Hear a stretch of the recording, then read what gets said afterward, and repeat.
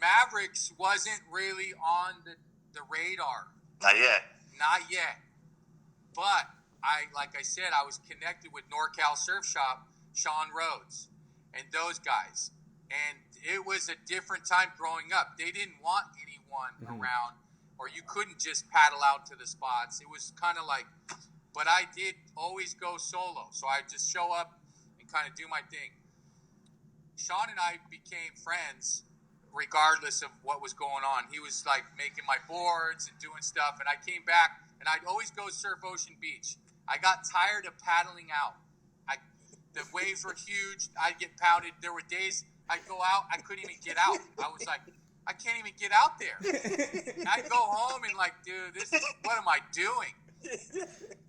So I ran into Rhodes and he told me about it. He's like, look, I'm going to show you this and you got to just keep it to yourself. So he made me a board in like 1990 or 89. Wow. 1990. So it hadn't been on the radar. I came back from Hawaii. He made me a 10-0. I still have the board. It's like, it's all yellow and beat up, but it's still there sitting in the rafters. I saved it. I remember I went to Ocean Beach to try the board, and it was huge. And I go, oh, here I go again. I didn't even want to paddle out because it's like, I knew it was like, it's just like, also too, you're out in the middle of nowhere and there's no one there. So you're kind of doing it. Yeah. And it's like scary as shit. Like, yes. It's like 10, 15, 20 foot, and you're like, oh, man. So I drove. Hard. I did. And I knew this spot. I watched it, and I didn't want anything to do with it. But then I was like, I bet I'm going to go drive down and take a look at it. I looked at it. There's like one guy, two guys out, and I'm like, okay, that's got to be Matt Ambrose or Rhodes or someone. And I suited up and I went out. I paddled out. Now you're Mavericks now. Yeah, this Mavericks. This was my first time ever. I paddled out on my own, didn't ask for help or like follow someone, whatever. I suited up. I had this brand new board.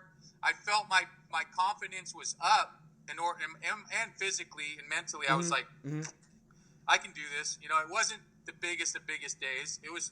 But, I mean, when Mavericks breaks, it's huge. So, if it's breaking, it's a big-ass wave.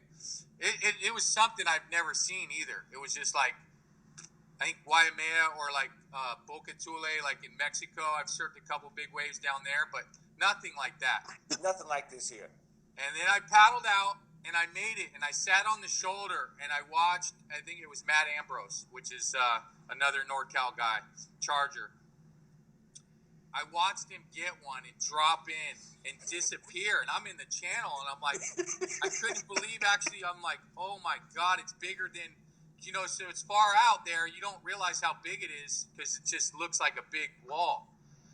And then he disappeared, and then he kicked out in the channel, and he comes back, and I'm like, whoa, you know, like amazed, right? Just kind of tripping, tingling, watched what he just did. Yeah.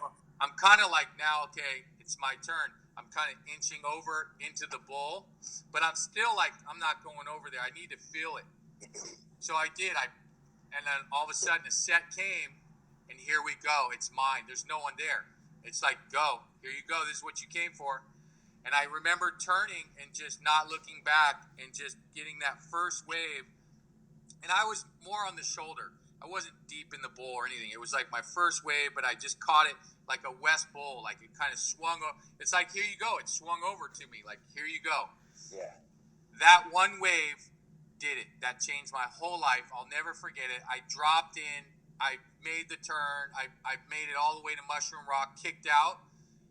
And there's not anyone there, but I remember like screaming, going, ah, like just, like I couldn't believe it. I'm like, yeah.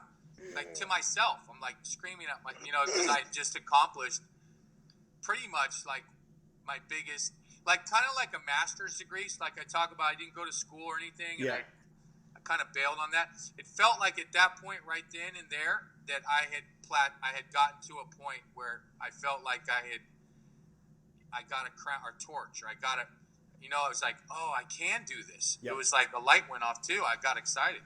Well,